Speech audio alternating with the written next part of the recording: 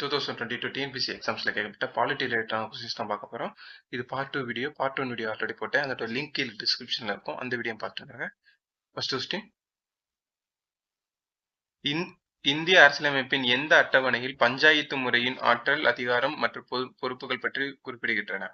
7வது அட்டவணை, 6வது அட்டவணை, 10வது அட்டவணை, 11வது அட்டவணை. Which schedule the Indian Constitution specify the powers and authority and responsibilities of panchayat? இதுக்கு ஒரு ஷார்ட்கட் இருக்கு. அதோட ஷார்ட்கட் நேம் என்னன்னா tears of old PM. Tears of old PM.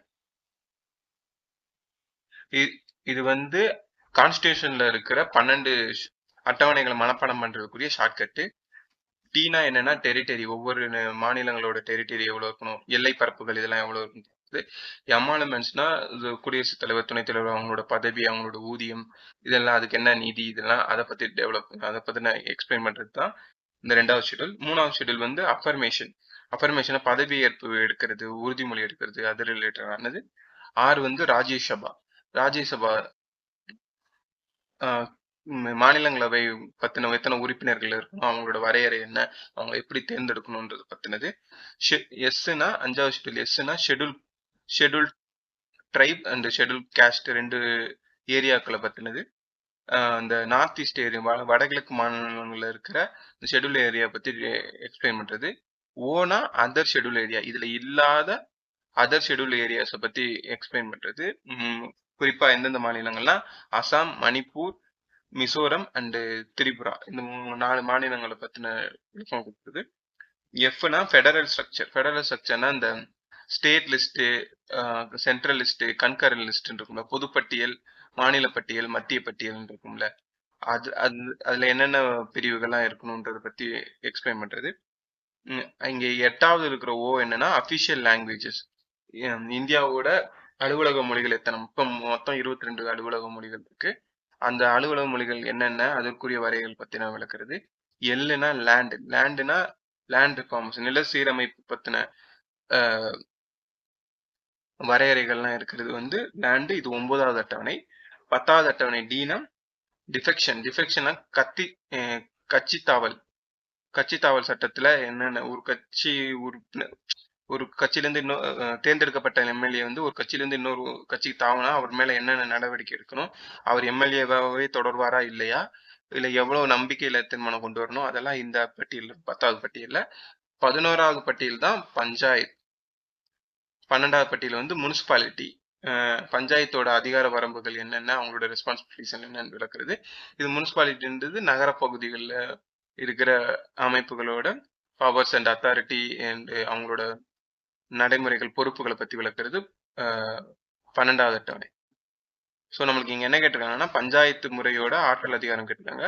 அது வந்து 11வது அட்டவணை. Option D is the right answer.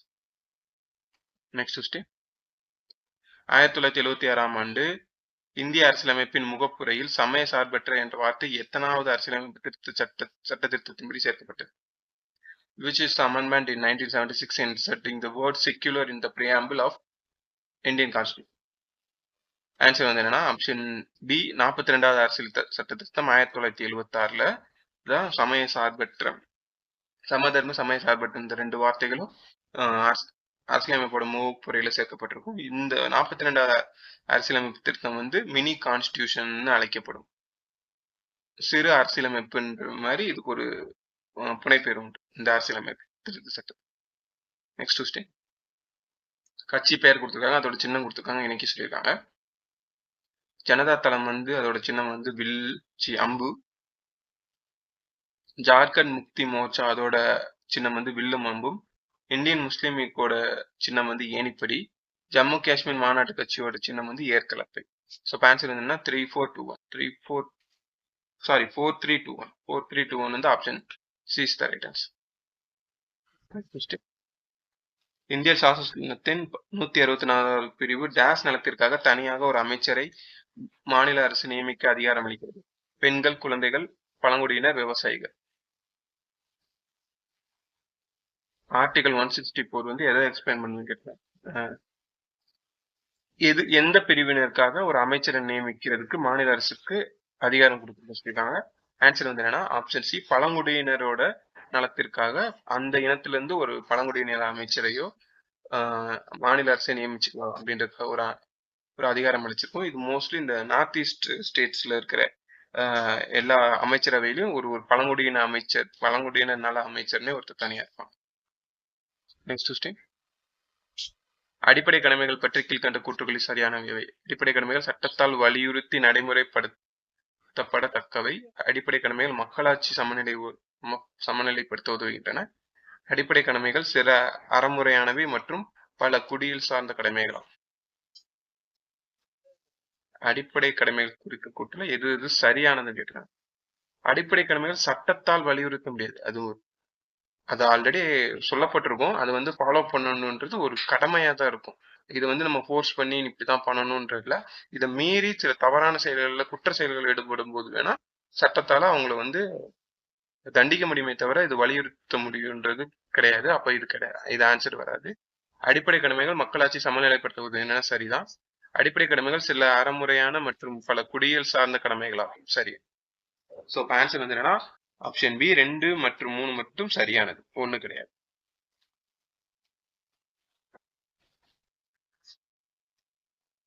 Next question. வெளிநாடு வாழ் இந்தியர்களின் வாக்குரிமை குறித்த கீழ்கண்ட கூற்றுகளை கவனிக்கவும். வெளிநாடு வாழ் இந்தியர்கள் நாடாளுமன்ற மற்றும் மாநில சட்டமன்ற தேர்தல்களில் வாக்களிக்கலாம். வாக்காளர் அடையாள அட்டை வழங்கப்பட்ட வெளிநாட்டு வாழ் இந்தியர்கள் மட்டுமே வாக்களிக்க முடியும். வாக்குச்சாவடியில் அசல் கடவுச்சீட்டை காண்பிக்கப்பட வேண்டும். வெளிநாடு வாழ் இந்தியர்கள் தபால் மூலம் வாக்களிக்கலாம். என்ஆர்ஐஸ்க்கு ஓட்டிங் ரைட்ஸ்ல எது எதுலாம் இருக்கு, சரியா இருக்குன்னு கேட்டு, எது எது தவறா இருக்குன்னு கேட்டிருக்காங்க. ஏன்னா இங்க எல்லாமே தவறு, எது தவறுன்னு தான் கேட்டு கொடுத்துருக்கு ஆப்ஷன்ல. வெளிநாடு வாழ் இந்தியர்கள் நாடாளுமன்ற மாநில சட்டமன்ற தேர்தல் வாய்க்கலாம். ஆமா, அவங்க ஒரு இந்திய குடியுரிமை பெற்றதுனால அவங்க 2 எலெக்ஷன்லயுமே அவங்க வாக்களிக்கலாம். வாக்காளர் அடையாள அட்டை வெளிநாடு வாழ் இந்தியர்களுக்கு மட்டுமே வாக்களிக்க முடியும், தவறு. வெளிநாடு வாழ் இந்தியர்களுக்கு ஓட்டர் ஐடி இருக்க வேண்டிய அவசியம் கிடையாது. அவங்களோட பெயர் வந்து ஓட்டர் லிஸ்ட்ல இருந்தா போதும். அவங்க வந்து தங்களோட பாஸ்போர்ட்டை காமிச்சு வாக்களிக்கலாம். ஸோ அப்ப இது கிடையாது. இங்க போர்ஸ் கண்டிப்பா ஓட்டர் ஐடி இருக்க வேண்டிய அவசியம் இல்லை. வாக்குச்சாவடியில் அசல் கடவுச்சீட்டு காண்பிக்க வேண்டும், கரெக்ட். ஒரிஜினல் பாஸ்போர்ட்டை வந்து அவங்க சப்மிட் பண்ணணும். ஓட்டிங் பூத்துல காமிச்சுதான் ஓட்டு போட முடியும், இது சரிதான். வெளிநாடு வாழ் இந்தியர்கள் தபால் மூலம் வாக்களிக்க முடியாது. அவங்க வந்து நேர்ல வந்து தான் வாக்களிக்கிற மாதிரி இருக்கும். தபால் வாக்குரிமை வந்து கிடையாது. தபால் வாக்குரிமை யார் யாருக்குன்னா 85 வயதுக்கு முற்பட்ட வயதானவர்களுக்கும் அரசு அதிகாரிகளுக்கு மட்டும்தான் தபால் மூலம் வாக்களிக்கிற உரிமை இருக்கு. அப்போ இது தவறு. ஸோ இப்போ இங்க எது எது தவறுனா 2, 4 மட்டும் தவிர option C is the right answer. Next question. மத சார்பற்ற நாடு என்ற வார்த்தை இந்திய அரசியலமைப்பின் முகப்புரையில் சேர்ப்பதற்காக ஏற்படுத்தப்பட்ட டேஸ் திருத்தமாகும். முன்னாடியே பார்த்தோம். மத சார்பற்ற சமய சார்பின்மை ஒருமைப்பாடு என்ற 3 இதுமே 42வது சட்ட திருத்தம் 1976 தான் சேர்த்து. Next question. எந்த கருத்தியல் இந்தியாவின் ஒற்றுமையை பாதுகாக்கும்? முதலாளித்துவம், வகுப்புவாதம், அடிப்படைவாதம், சமய சார்பின்மை. Which of the ideologies would protect Indian unity? Capitalism, communism, fundamentalism, secularism. Answer வந்து என்னன்னா ஆப்ஷன் டி, சமய சார்பின்மை, செக்யூலரிசம் கொள்கை தான் இந்திய ஒற்றுமை பாதுகாக்கும். ஏன்னா இந்தியாவில் நிறைய மதத்தை சேர்ந்தவர்கள் வந்திருக்காங்க. இவங்கெல்லாம் ஒரு சமயம் சார்ந்து இல்லாம இந்திய அரசு வந்து அவங்களை எல்லாம் ஒரே மாதிரி ட்ரீட் பண்ணாதான் இங்க இந்த ஒற்றுமை வந்து தொடர்ந்து பாதுகாக்கும். வேற்றுமையில் ஒற்றுமை என்ற கான்செப்ட் இதுல இதை டிபெண்ட் பண்ணிதான். மற்ற முதலாளித்துவம்ன்றது பணக்காரங்க மட்டுமே, அதாவது முதலாளிகள் மட்டுமே நல்லபடி அதிகமாக வளரக்கூடிய கொள்கை. இது நம்ம ஊர் செட் ஆகாது. கம்யூனலிசம் இதுவும் செட் ஆகாது. அடிப்படை ஃபண்டமெண்டல்ஸ் இல்ல. எப்பயுமே ஒரு அரசு முற்போக்கு கொள்கைகளோட வளர்ந்துட்டே தான் போகணும். அடிப்படை வாதத்தை பின் வச்சுக்கிட்டே இருந்தோம்னா அந்த கண்ட்ரி கண்டிப்பா டெவலப் ஆகாது. ஸோ அப்போ இது கிடையாது. அப்போ option D is the right answer. Next question. முதல் மாநகராட்சி சென்னை மாகாணத்தில் எப்போது தொடங்கப்பட்டது? 1888, 1788, 1888, 1988. முதல் சென்னை மாகாணத்தில் எப்ப தொடங்கப்பட்டதுன்னா ஆப்ஷன் ஏ 1688. Next question. கீழ்காணப்படுவதில் அரசியல் கட்சி தீர்மானிகள் யாவை? மனிதர்களின் தன்மை, சூழல், பற்று, போராட்டம். அரசியல் கட்சியில் தீர்மானிகள் எதுனா மனிதர்களின் தன்மை கரெக்ட் தான், சூழல் ரைட்டு, அந்த கட்சியோட இன்ட்ரெஸ்ட் ரைட்டு. போராட்டம் வந்து கட்சியோட தீர்மானிகளா இருக்காது, தவறு. ஸோ ஆன்சர் வந்து என்னன்னா ஆப்ஷன் சி 1, 2, 3 மட்டும். Next question. ஒரு நாட்டின் மத்திய மாநில அரசுகள் அதன் எல்லைக்குட்பட்டு ஒன்றுக்கொன்று சுதந்திரமானவைகளாகும் என கூறியவர் Wheare, doctor Ambedkar, doctor Rajendra Prasad, doctor Ivor Jennings. Answer வந்து என்னன்னா option A doctor Wheare. Next question. வழிகாட்டு நெறிமுறைகளும் மற்றும் அடிப்படை உரிமைகளும் அரசியலமைப்பின் மனசாட்சியாக இருக்கிறது என விவரித்தவர் யார்? Granville Austin, doctor B R Ambedkar, K C Wheare, doctor Ivor Jennings. வழிகாட்டு நெறிமுறைகள் அடிப்படை உரிமை அரசியலமைப்பின் மனசாட்சியாக இருக்கிறது என கூறியவர் யாருன்னா option A Granville Austin. Next question. நீதித்துறை செயல்பாட்டு முறை என்ற கூற்று அறிமுகப்படுத்தப்பட்டது டேஷில்? பிரிட்டிஷ், ரஷ்யா, அமெரிக்கா, சீனா. நீதித்துறை செயல்பாட்டு முறை. ஆன்சர் வந்து என்னன்னா option C America. Next question. ஆண்டு நிதி அறிக்கையை பாராளுமன்றத்தில் யார் அறிமுகப்படுத்துகிறார்? பிரதம மந்திரி, ஜனாதிபதி, நிதி மந்திரி, தலைமைச் செயலர். பினான்ஸ் ரிப்போர்ட் பார்லிமெண்ட்ல ரிப்போர்ட் பண்றது யாருன்னா ஆப்ஷன் பி ஜனாதிபதி. குடியரசுத் தலைவர் தான் வந்து பினான்ஸ் ரிப்போர்ட்டை பார்லிமெண்ட்ல வந்து சப்மிட் பண்ணுவார். Next question. கீழ்கண்டவற்றை பொறுத்துக. அரசியல் சாசனம், ஜெர்மன் வைமர் அரசியல் சாசனம், பிரிட்டிஷ் அரசியல் சாசனம், ஐரிஷ் அரசியல் சாசனம். அமெரிக்க அரசியல் சாசனம் வந்து உச்ச நீதிமன்ற நீதிபதிகளை பதவியிலிருந்து நீக்கும் முறை, அங்கிருந்தா எடுத்துப்போம். நெருக்கடி காலத்தில் அடிப்படை உரிமைகளை நீக்கிறது வந்து நம்ம ஜெர்மனியோட அரசியல் சாஸ்திரத்திலிருந்து தான் எடுத்திருப்போம். ஒற்றை குடியுரிமை வந்து பிரிட்டிஷ் அரசியல் சாஸ்திரத்திலிருந்து பெறப்பட்டிருக்கும். பாராளுமன்றத்தின் மேலவைக்கு பிரதிநிதிகள் நியமனம் வந்து ஐரிஷ் அரசியல் சாஸ்திரத்திலிருந்து எடுத்திருந்தோம். இதெல்லாம் இந்தியாவில் இருக்கிற அரசியல் சாசனங்கள் வந்து எந்த நாட்டோட அரசியல் சாசனத்திலிருந்து பெறப்பட்டதுன்றத பொறுத்து வச்சுக்கலாம். ஸோ ஆன்சர் வந்து என்னன்னா 1, 2, 3, 4 option A is the right answer. Next question. 1931ஆம் ஆண்டு லார்டு விஸ்கெலன் பீல் கமிட்டி தொடர்புடையது. சைமன் கமிஷன், மத்திய மாநில நிதி உறவுகள், மத்திய மாநில உறவுகள், இந்திய அரசின் 1919 ஆய்வு செய்ய. பீல் விஸ்கவுண்ட் பீல் கமிட்டி எதை பத்தி தொடர்புடையதுன்னா ஆப்ஷன் பி மத்திய மாநில உறவுகளை பத்தி ஆராய்ச்சி செய்வதற்காக அமைக்கப்பட்ட கமிட்டி. Next question. இந்தியாவில் பஞ்சாயத்து ராஜ் முறையை கொண்டு வந்ததின் முக்கிய நோக்கம் அரசியல் குற்றவாளி தடுப்பதற்கு, கிராமப்புற வளர்ச்சிக்கு, அரசியல் அதிகாரத்தை பரவலாக்கம் செய்ய, அரசியல் செலவை குறைக்க. What was the main purpose behind the bringing the panchayat Raj? Answer வந்து என்னன்னா ஆப்ஷன் சி அரசியல் அதிகாரத்தை பரவலாக்கம் செய்ய. பஞ்சாயத்து ராஜ்ன்றது அதோட முக்கிய நோக்கம் என்னவா இருந்துச்சுன்னா கிராமப்புறங்கள், ஊராட்சிகள் வந்து தங்களோட தேவைகளை நிவர்த்தி செய்யறதுக்கு அந்த ஏரியா எம்எல்ஏவோ அந்த தொகுதியோ சார்ந்து இருக்கிறாம தங்களோட ஊராட்சி அமைப்புகளை தங்களுக்கு தேவையானது தாங்களே நிவர்த்தி செய்யற அளவுக்கு பவரும் அதோட நிதி அமைப்பும் அது பெற்றிருக்கணும். தன்னிறைவு அடைவதற்கு எல்லாமே அவங்களே பெற்றிருக்கணும்ன்றத தான் இந்த பஞ்சாயத்து ராஜ் முறை வந்து கொண்டு வரப்பட்டிருக்கும். ஸோ இதோட முக்கிய நோக்கம் என்னன்னா அரசியல் அதிகாரத்தை பரவலாக்கம் செய்ய, அங்க இருக்கிற மக்களே அவங்கள ஆட்சி செஞ்சுக்கூடிய பவரை கொடுக்கறது தான். ஸோ ஆன்சர் வந்து என்னன்னா ஆப்ஷன் சி அரசியல் அதிகாரத்தை பரவலாக்கம் செய்ய. மத்திய தகவல் ஆணையத்தின் தலைவர் மற்றும் உறுப்பினர்களை நியமிப்பவர் குடியரசுத் தலைவர் மட்டும் நியமிக்கலாம். உச்ச நீதிமன்ற தலைமை நீதிபதி, பிரதமரை கீழ் உள்ள அமைப்பு, உள்துறை அமைச்சர். மத்திய தகவல் ஆணையத்தின் தலைவர் மற்றும் உறுப்பினர்களை நியமிப்பவர் ஆப்ஷன் ஏ குடியரசுத் தலைவர் மட்டும் நியமிக்கலாம். நெக்ஸ்ட் இந்த சைடு மாநிலம் கொடுத்துருக்காங்க, அதை தோன்ற வருஷம் கொடுத்துருக்காங்க, ரெண்டையும் இணைக்க சொல்லியிருக்காங்க. கேரள மாநிலம் தோன்றது வந்து 1966. கேரள மாநிலம் தோன்றது வந்து 1956. நாகாலாந்து தோன்றுறது 1963. மகாராஷ்டிரா மாநிலம் தோன்றுறது வந்து 1960. ஹரியானா மாநிலம் தோன்றினது வந்து 1966. ஸோ ஆன்சர் வந்து என்னன்னா 3142. 3142 option B is the right answer.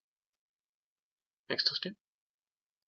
அடிப்படை கடமைகள் அரசியலமைப்பில் சேர்க்க பரிந்துரை செய்தது ஷா ஆணையம், சந்தானம் கமிட்டி, நிர்வாக சீர்திருத்த ஆணையம், சுரன் சிங் குழு.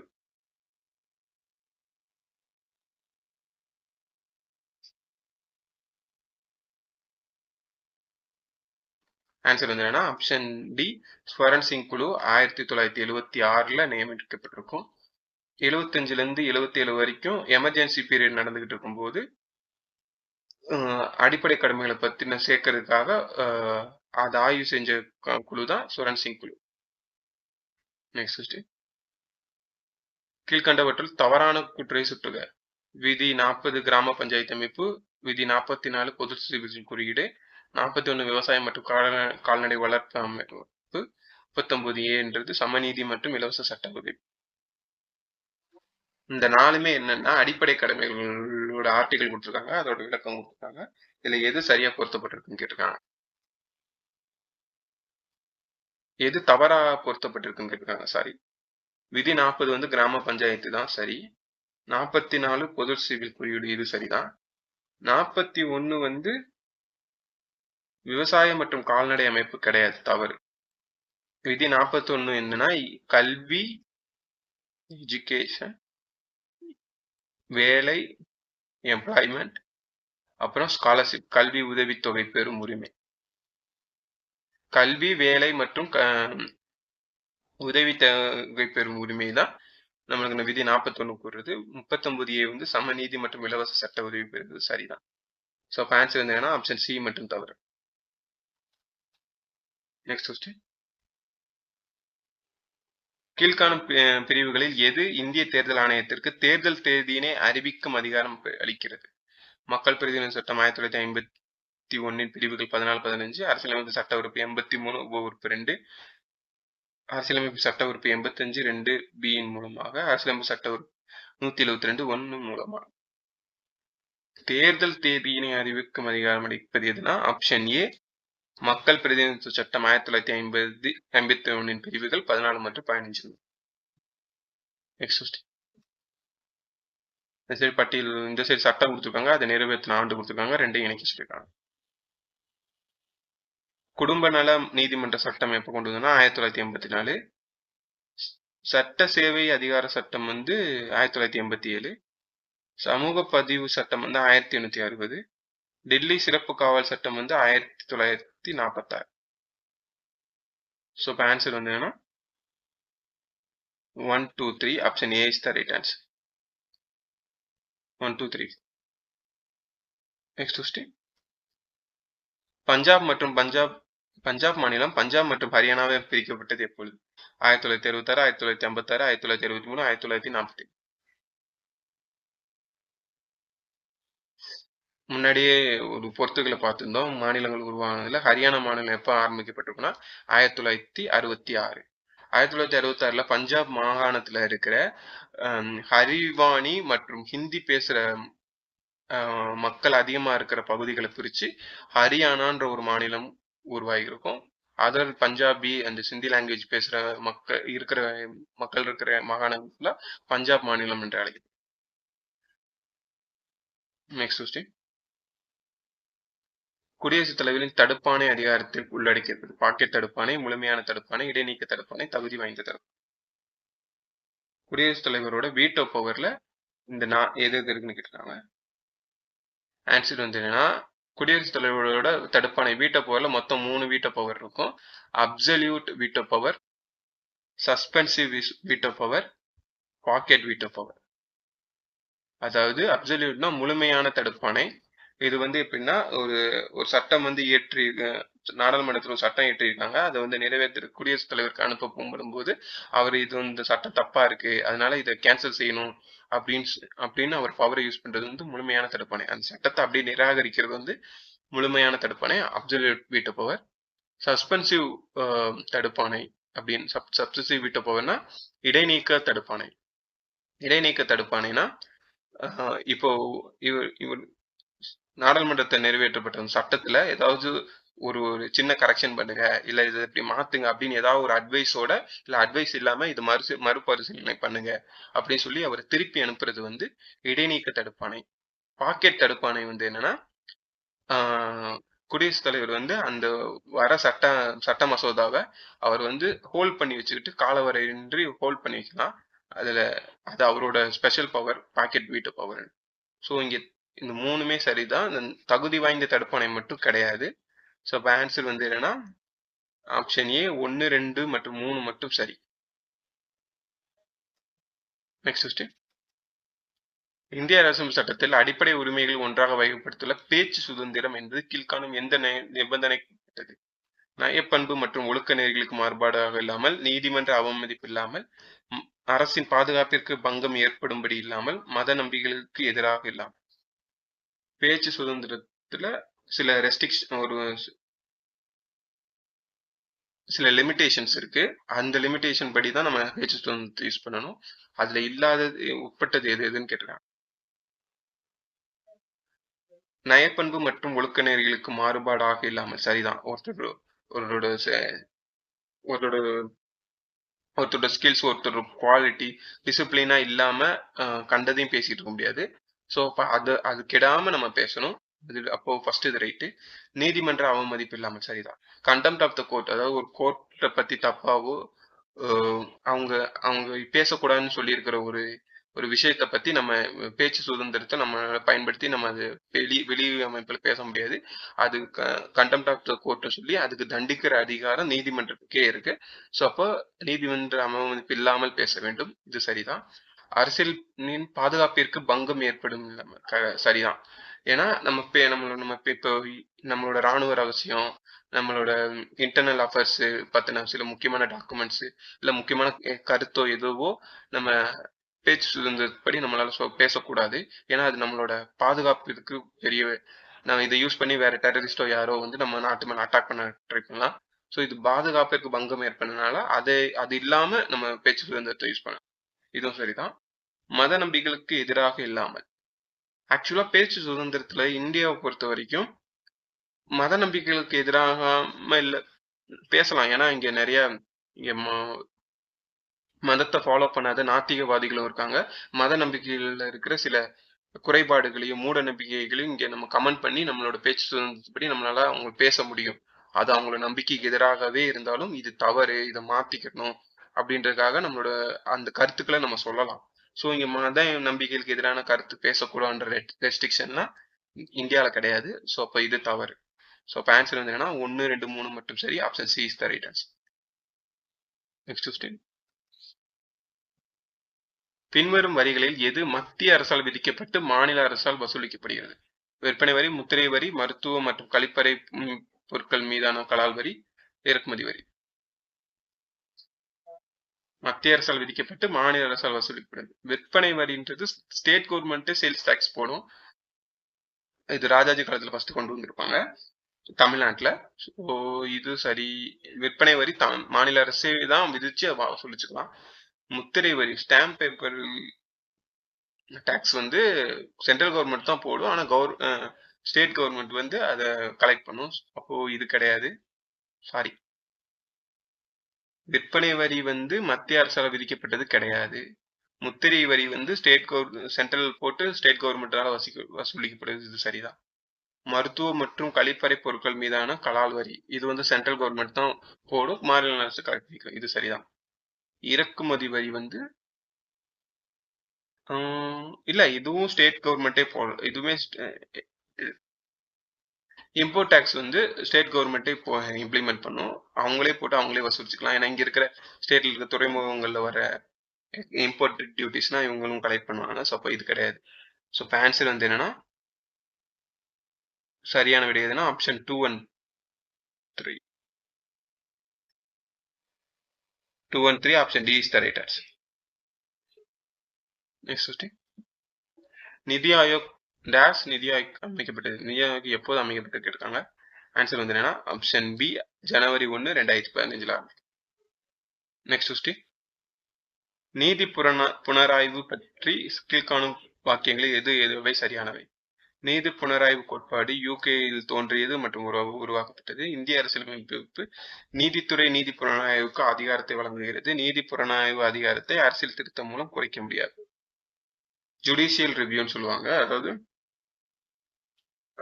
ஒரு கோர்ட்ல ஏற்றப்பட்ட ஜட்ஜ்மெண்ட்டுக்கு நம்மள அது அடிஷனல் ரிவ்யூக்கு அனுப்பி வைக்கிறது தான் ஜுடிஷியல் ரிவ்யூ.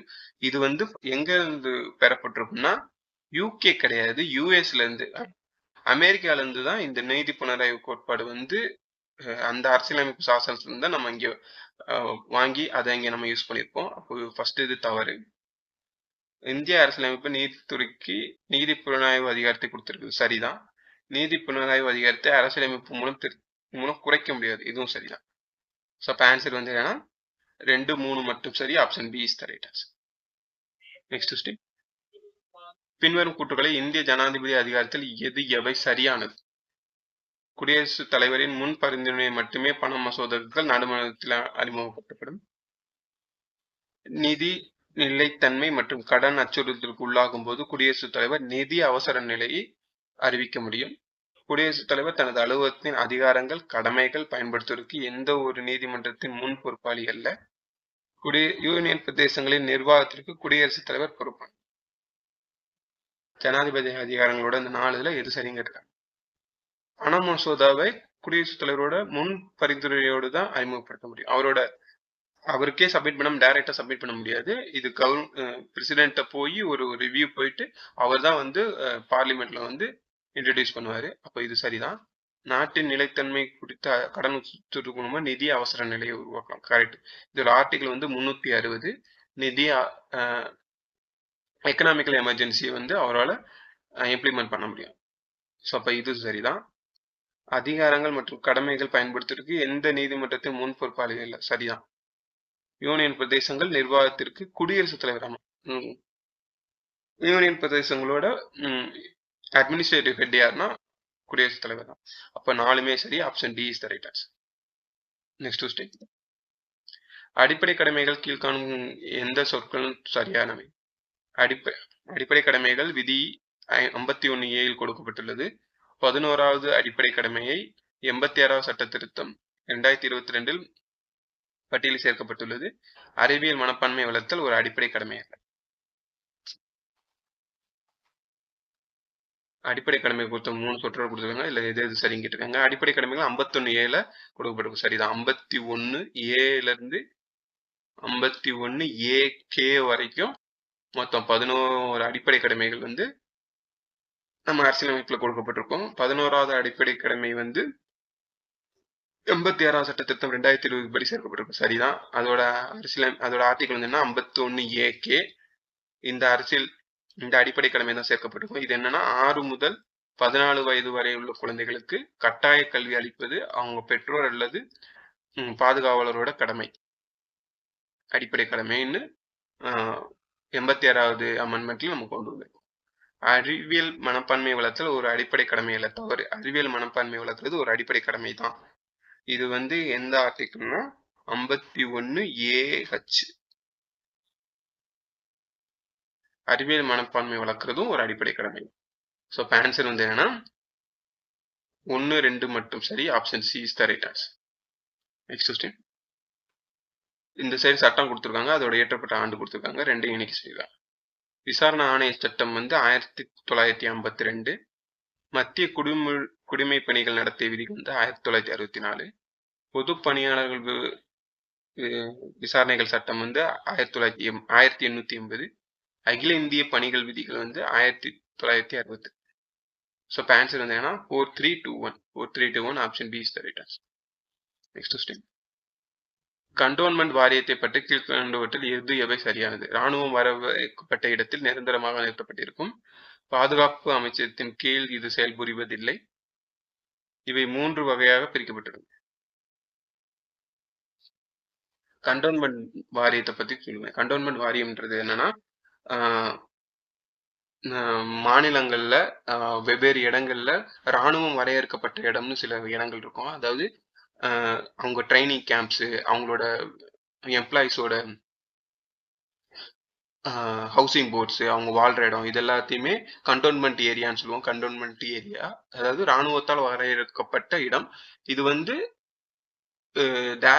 ஸோ இராணுவம் வரையறுக்கப்பட்ட இடம் நிரந்தரமானது, இது சரிதான். இது பாதுகாப்பு அமைச்சகத்தின் கீழ் செயல்படுவது, தவறு. இது பாதுகாப்பு அமைச்சகத்தோட கீழே தான் செயல்படும்.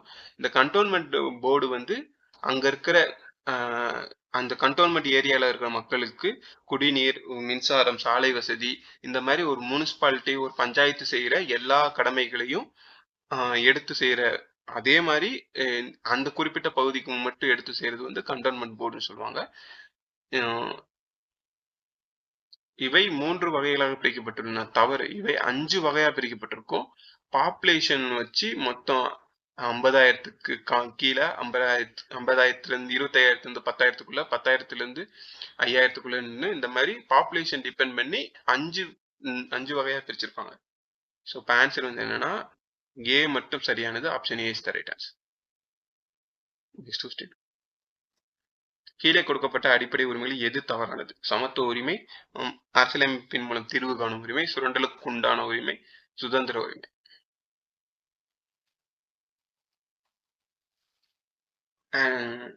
அடிப்படை உரிமை தவறானது எதுனா ஆப்ஷன் சி.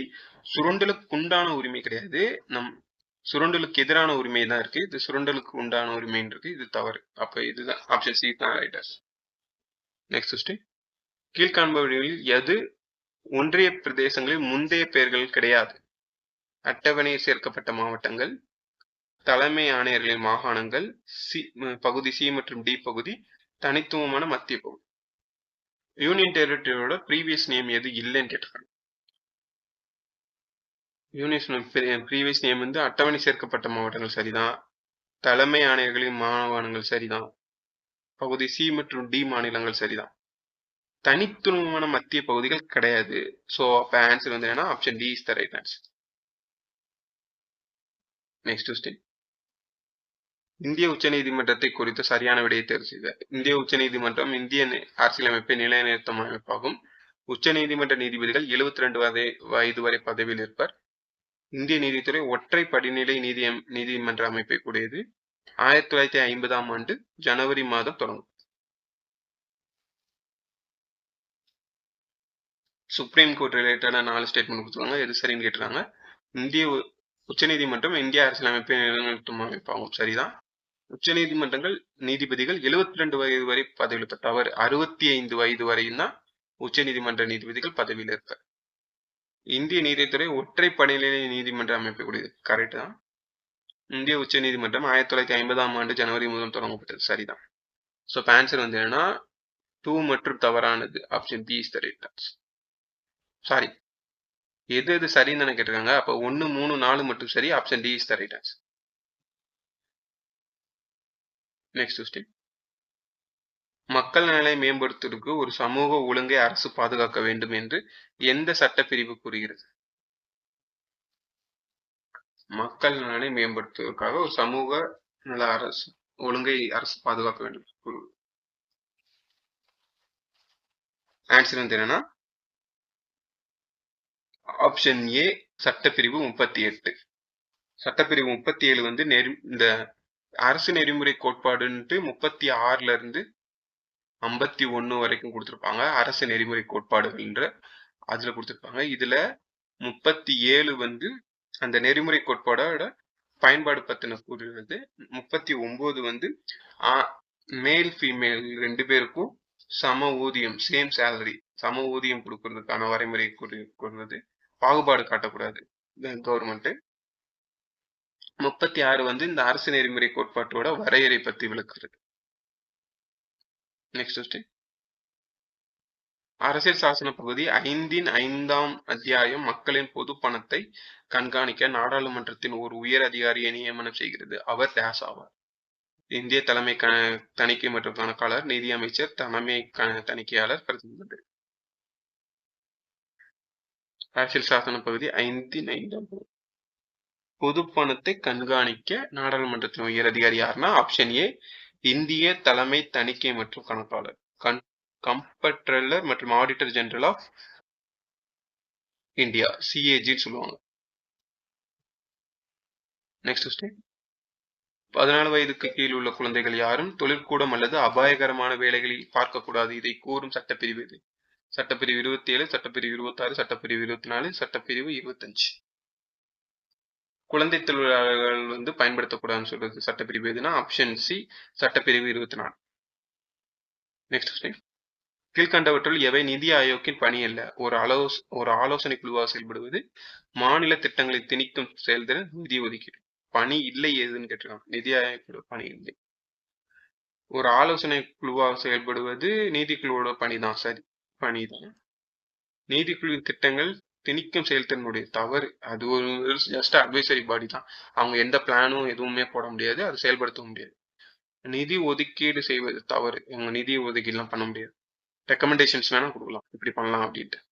ஸோ இப்போ பணி இல்லை எதுன்னு தான் கேட்டிருக்காங்க. இப்போ 2, 3 மட்டும் அதோட பணி கிடையாது. Option C is the right answer. Next question. மானிய உதவி மாநிலங்களுக்கு வழங்கப்படுவது ஏன்? மத்திய மாநிலங்களுக்கிடையே நல்ல உறவுகளை பராமரித்தல், மாநில வரவு செலவு திட்டங்களில் வழக்கமான இடைவெளிகளை ஏற்படுவதற்காக, மாநில திட்டங்களுக்கு நிதியளிக்க, அபிவிருத்தி நடவடிக்கைகளை மேற்கொள்ள மாநிலங்களுக்கு உதவுது. மானிய உதவி மாநிலங்களுக்கு வழங்கப்படுவது என்ன? ஆப்ஷன் டி, அபிவிருத்தி நடவடிக்கைகளை மேற்கொள்ள மாநிலங்களுக்கு உதவுதல். Next question. வெல்ஃபேர் திட்டம் ஏதாவது கொண்டு வந்து ஸ்டேட் கவர்மெண்ட் கொண்டு வந்து அங்க இருக்கிற மக்களை மேம்படுத்தணுக்காக, அவங்களை ஊக்குவிக்கிறதுக்காக மானிய உதவி வந்து சென்ட்ரல் கவர்மெண்ட்டுக்கு ஸ்டேட் கவர்மெண்ட்டுக்கு கொடுக்கும். Next question. இந்திய கூட்டாட்சி முறையை கூட்டுறவு கூட்டாட்சி என விவரித்தவர் யார்? Granville Austin, doctor B R Ambedkar, Jawaharlal Nehru, டி.சி. வேரி. கூட்டுறவு கூட்டாட்சி இந்தியாவில் கூறினது யாருன்னா option A, Granville Austin. Next question. கீழ்கண்டவற்றில் எது ஒரு குடிமகனின் கடமை அல்ல? அரசியலமைப்புக்கு ஏற்ப அதனுடன் நடந்து கோட்பாடுகள், நிறுவனங்கள், தேசிய கொடி மற்றும் தேசிய கீதம் ஆகியவற்றை மதித்து நடத்தல், இந்தியாவின் இறைமை, ஒற்றுமை, ஒருமைப்பாடு ஆகியவற்றை பேணி பாதுகாத்தல், தேவைப்படும் போது எல்லா நாட்டுகளை பாதுகாப்பதும், நாட்டுக்கு சேவை செய்வதும், கட்டாய இராணுவ சேவை செய்ய வேண்டும். குடிமகனின் கடமை அல்ல. அரசியலமைப்புக்கு ஏற்ப நிறுவனங்கள், தேசிய கொடி ஆகியவற்றை மதித்தல் கடமைதான். இந்திய ஒற்றுமை, ஒருமைப்பாடை பேணி காப்பது ஒரு குடிமகனோட கடமைதான். தேவைப்படும் போது எல்லாம் நாட்டை பாதுகாப்பதும், நாட்டுக்கு சேவை செய்வது வேண்டும். சரிதான். கட்டாய இராணுவ சேவை செய்வது அடிப்படை கடமை அல்ல. இந்தியாவில் கம்பல்சரி இராணுவ சேவை செய்ய வேண்டியது கிடையாது. சில சின்ன சின்ன நாடுகள்ல, கொரியா, சிங்கப்பூர்ன்ற மாதிரி நாடுகள்ல 2 வருஷம் எல்லா சிட்டிசனும் இராணுவ சேவை செஞ்சிருக்க வேண்டிய ஒரு சில அடிப்படை கடமைகள் இருக்கு. ஆனா இந்தியாவில் கிடையாது. ஸோ ஆன்சர் வந்து என்னன்னா option D is the right answer. Next question. Panchayat Raj பற்றிய குழுக்கள் அதனோட தலைவருடன். பஞ்சாயத்து ராஜ் தேர்தல் வந்து கே சந்தானம் குழு. பஞ்சாயத்து ராஜ் பயிற்சி மையங்கள் வந்து ஜி ராமச்சந்திரன். சமுதாய மேம்பாடு மற்றும் பஞ்சாயத்து ராஜும் வந்து திருமதி தயா சௌகோ. பஞ்சாயத்து ராஜின் புள்ளியில் பகுப்பாய்தல் வந்து வி கே ராவ். ஸோ ஆன்சர் வந்து என்னன்னா 3142 option B is the right answer. Next question. இந்திய அரசியலமைப்பு சாசனத்தின் அடிப்படை வடிவத்தை மாற்ற இயலாது என்று கூறிய வழக்கு? சங்கரகிரி பிரசாத் மற்றும் இந்திய ஒன்றியம், கோலக்நாத் வெர்சஸ் பஞ்சாப் மாநிலம், கேசவானந்த பாரதி விசஸ் கேரளா அரசு, மினர்வா மில் விசஸ் இந்திய ஒன்றியம். அரசியல் சாசனத்தின் அடிப்படை வடிவத்தை மாற்ற இயலாது. ஆன்சர் வந்து என்னன்னா ஆப்ஷன் சி, கேசவானந்தா பாரதி மற்றும் கேரளா அரசு வழக்கு 1973 இந்த வழக்கோட தீர்ப்புல சொல்லியிருப்பாங்க. அதுபடி என்னன்னா, இந்திய அரசியலமைப்போட அடிப்படை உரிமை, அதோட நோக்கத்தை மீறி எந்த ஒரு சட்டத்தையும் நாடாளுமன்றத்தால நிறைவேற்ற முடியாது. இந்திய சாசனத்துக்கு எதிராக எந்தவித சட்டத்தையும், அடிப்படையை குலைக்கிற மாதிரி எந்தவித சட்டத்தையும் நாடாளுமன்றத்தால நிறைவேற்ற முடியாது. அப்படி நிறைவேற்றினா அதை கேன்சல் செய்யற அதிகாரம் வந்து இந்திய நீதித்துறைக்கு இருக்குன்றது மாதிரி தீர்ப்பு கொடுத்திருப்பாங்க. அது ஸோ ஆன்சர் வந்து என்னன்னா கேசவானந்த பாரதி விசஸ் கேரளா அரசு வழக்கு. Next question. குடியரசு எனும் பதம் முதலில் சொல்லப்பட்ட இடம்? கிரேக்கம், ரோம், ஜெர்மனி, பிரான்ஸ். ஆன்சர் வந்து என்னன்னா option B, Rome. Next question. பின்வரும் வாக்கியம் 1 மற்றும் 2 கவனிக்கவும். பாராளுமன்றம் மத்திய பட்டியலில் சட்டம் இயற்றும் அதிகாரம் பெற்றுள்ளது. பொதுப்பட்டியல் மற்றும் மாநில பட்டியலில் இடம்பெறாதவைகளை பாராளுமன்றமே சட்டம் இயற்றும் அதிகாரம் பெற்று.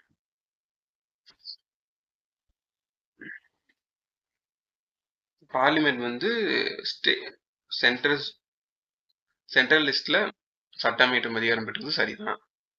பொதுப்பட்டியல் மற்றும் மாநில பட்டியலில் இடம்பெறாதவைகளை பாராளுமன்றமே செட்டில். ஆமா, பொதுப்பட்டியல் மாநில பட்டியல் வராதது எதெல்லாம் சென்ட்ரல் லிஸ்ட்ல தான் இருக்கும், மத்திய பட்டியல தான் இருக்கும். ஸோ அதோட சட்டம் இயற்றும் அதிகாரம் பெற்றிருக்கும். சரிதான். ஸோ இப்போ ஆன்சர் வந்து என்ன, option C is the right answer.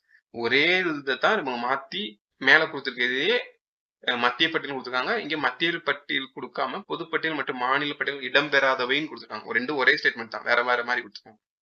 Option C is the right answer. Okay guys, இந்த வீடியோ லைக் பண்ணுங்க, இந்த வீடியோ உங்க ஃப்ரெண்ட்ஸ்க்கு ஷேர் பண்ணுங்க, சேனலை மறக்காம சப்ஸ்கிரைப் பண்ணுங்க. நான் இன்னொரு வீடியோ. ஓகே கைஸ், தேங்க்யூ, பாய்.